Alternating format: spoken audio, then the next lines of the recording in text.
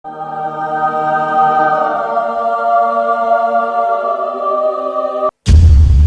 से करीब 66 मिलियन साल पहले हमारे धरती के साथ एक एस्टेरॉयड टकराया। यह एस्टेरॉयड धरती के साथ टकराने के बाद हमारी धरती पर जितना भी लिविंग ऑर्गेनिज्म था उसकी लगभग 75% विलुप्त हो गया। जैसे कि डायनासोर और बहुत सारे एनिमल हमारी धरती से विलुप्त हो गए। कभी हमारे धरती पर डायनासोर आने का रुएंस आज हमें साइंटिफिक रिसर्च के जरिए नजर आते हैं, लेकिन ये सब एनिमल हमारी धरती से गायब हो चुके हैं। ऐसा एक इवेंट जो मिलियन साल पहले हुआ था, इसका रिजल्ट हम देख चुके हैं। क्या होगा अगर यह घटना आज की डेट में हुआ तो? क्या होगा एक एस्टेरॉयड हमारी धरती के साथ टकराया तो? जानेंगे इसी वीडियो में। और दोस्तों, आप देख रहे हैं डिफेक्ट्स हिंदी। अभी तक हमारे चैनल को सब्सक्राइब नहीं किया है तो सब्सक्राइब करना मत भूलना, ऐसा ही फैक्ट एंड इन्फॉर्मेशन के लिए। एक दिन सुबह आंख खुली तो आप देख रहे हैं चारों तरफ एक घटना को लेकर तहलका मचा हुआ है। हर जगह टीवी न्यूज चैनल में भी यह घटना, जो कि एक एस्टेरॉयड धरती से टकराने वाला है। आपको भी ये सुनकर बहुत अजीब लग रहा है। हमारे जो साइंटिस्ट थे उन्होंने भी ये एस्टेरॉयड से धरती को बचाने में लगे हुए हैं, लेकिन ये एस्टेरॉयड 20 किलोमीटर पर सेकंड की गति से धरती की तरफ बढ़ रहा है। और इसके बीच एक न्यूज आया है कि हमारे जो साइंटिस्ट थे उन्होंने जैसे तैसे करके एस्टेरॉयड को समंदर में क्रॉस कर दिया। इस क्रॉस की वजह से आसपास के एरिया में सभी लिविंग ऑर्गेनिज्म अब खत्म हो चुके हैं। अचानक हमारी धरती की टेम्परेचर बढ़ गई और गर्मी हवा बहने लगा। जिस समंदर की तट पर एस्टेरॉयड क्रॉस हुआ था उसकी 1500 किलोमीटर रेडियस में पेड़ पौधे जानवर जंगल नष्ट हो गया। सभी फॉरेस्ट जलकर राख हो गई। अब धरती पर भूकंप आ चुकी है। धरती हिल रहा है। 10 तीव्रता से भूकंप हो रही है। भूकंप की वजह से बड़े बड़े शहर बिल्डिंग अब धरती के नीचे आ चुका है। हमारे सुंदर सा देश अब नहीं रहा, धरती के नीचे दब गया है। लेकिन धरती के दूसरे कोने में जितने भी समंदर तट था उसमें ऊंची ऊंची लहरें आना शुरू हो गई। समंदर की तट पर जितना भी शहर था अब डूब गया है, पानी के नीचे आ चुका है। सुनामी के वजह से जितने भी लिविंग ऑर्गेनिज्म था अब सब खत्म हो चुका है। लेकिन अभी भी धरती पर जीवन मौजूद है। धरती के दूसरे कोने में बैठे हुए हर एक आदमी इस घटना से हुआ तबाही को महसूस कर रहे हैं। ये सब देखकर धरती पर जो भी लग बचा हुआ है अब बहुत तकलीफ पे जी रहे हैं। अब धरती पहले जैसा रहने के लायक नहीं रहा। पहले जैसे घर नहीं है, सब टूट चुका है। गर्मी बढ़ चुका है। हमारा जो वायुमंडल है इसमें डस्ट एंड सल्फर भर चुका है। क्रॉस की वजह से, एस्टेरॉयड जब क्रॉस हुआ था उसकी वजह से वायुमंडल इतना डार्क हो गया है कि सनलाइट भी धरती तक पहुंच नहीं पा रही है। अब लोग सांस लेने के लिए भी ऑक्सीजन मास्क को यूज कर रहे हैं। अब धरती धीरे धीरे डार्क एंड कोल्ड हो रहा है, क्योंकि वायुमंडल में डस्ट एंड सल्फर होने की वजह से सनलाइट को ब्लॉक कर रहा है। सनलाइट ना मिलने पर धरती धीरे धीरे ठंडा हो रहा है, अंधेरा होते जा रहा है। सभी लोग ये समझ नहीं पा रहे हैं ये क्यों हो रहा है। धरती के टेम्परेचर माइनस में पहुंच चुका है। धरती इतना डार्क हो चुका है कि कब दिन और कब रात है लोगों को पता नहीं चल पा रहा है। कुछ लोग इस कंडीशन के चलते बचने के लिए नया उपाय ढूंढ रहे हैं, और इस कंडीशन के चलते हुए कुछ ही लोग ही बच पाएंगे।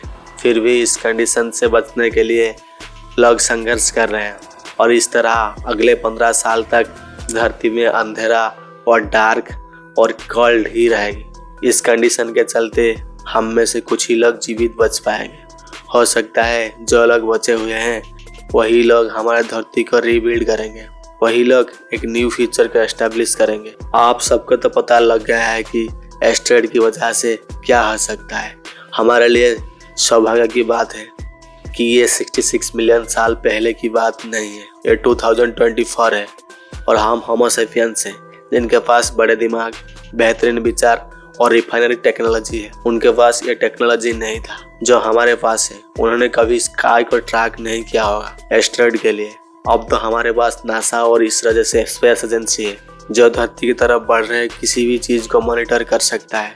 आज 2024 में कैसे धरती को बचाते आ रहे हैं हमारे साइंटिस्ट, आइए इसके बारे में जानते हैं। आज की डेट में साइंटिस्ट एस्टेरॉयड से धरती को बचाने के लिए 5 टेक्निक का इस्तेमाल करते हैं। यह संभव है कि एक एस्टेरॉयड को उसके रास्ते से हटा सकते हैं।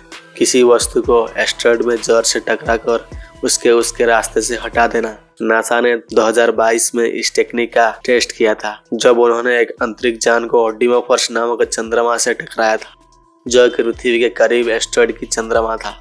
टकराने की वजह से ये चंद्रमा और तेज गति से चल रहा है। हम इस टेक्निक का इस्तेमाल एस्टेरॉयड को उसके रास्ते से हटाने के लिए कर सकते हैं। यदि बहुत बड़ा एस्टेरॉयड हुआ तो इसे रास्ते से हटाने के लिए हमें कई काइनेटिक इम्पैक्टर्स की जरूरत होगी। एस्टेरॉयड हटा रहा तो ये टेक्निक का इस्तेमाल कर सकते हैं। दूसरे टेक्निक में एस्टेरॉयड के पास एक अंतरिक्ष यान भेजा जाता है, जो अपनी ग्रेविटेशनल फोर्स से एस्टेरॉयड के रास्ते को बदल देता है। ये तरीका छोटे एस्टेरॉयड पर काम करता है, जो 500 मीटर से कम रेडियस का होता है, लेकिन ये बड़े एस्टेरॉयड के लिए काम नहीं करती है। तीसरी टेक्निक, इसमें एक अंतरिक्ष यान अपने आयन इंजन का उपयोग करके एस्टेरॉयड को उसके रास्ते से हटाता है, लेकिन यह भी एक विशाल एस्टेरॉयड को हटाने के लिए शक्तिशाली नहीं हो सकता है। अब चौथा टेक्निक, जिसमें लेजर का उपयोग किया जाता है। लेजर को एस्टेरॉयड की सतह पर केंद्रित किया जाता है, जिससे निकलने वाले धुएं की वजह से एस्टेरॉयड अपने रास्ते से हट जाता है। अगर हमारे पास पर्याप्त और शक्तिशाली लेजर है तो यह तरीका काम कर सकता है।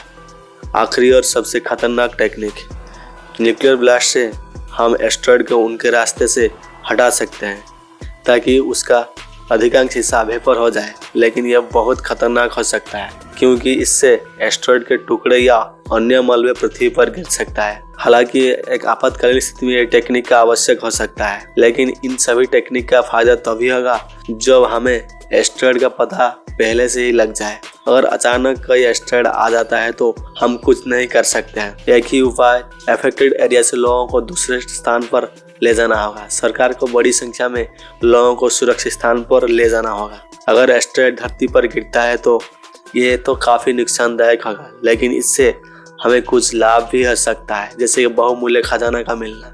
यह एस्टेरॉयड सोने, कोबाल्ट, प्लेटिनम और निकल जैसी धातुओं से भरपूर हो सकता है, जो पृथ्वी पर हमारे लिए नए संसाधन विकास का रास्ता खोल सकता है। लेकिन यह सब कुछ तभी होगा चिक्सिलाव जैसे एस्टेरॉयड धरती पर गिरता है, तभी होगा। अब सोचिए, अगर ऐसा एस्टेरॉयड चंद्रमा पर गिरता तो क्या होता, चंद्रमा नहीं रहता तो क्या होता। ये जानने के लिए आई बटन में वीडियो को देखना। चांद हमारे लिए कितना इम्पोर्टेंट है आप सबको समझ आ जाएगा। आज की ये वीडियो कैसा लगा कमेंट करके बताना। अभी तक हमारे चैनल को सब्सक्राइब नहीं किया है तो सब्सक्राइब करना मत भूलना, ऐसे ही फैक्ट एंड इन्फॉर्मेशन के लिए। फिर मिलेंगे अगले वीडियो में।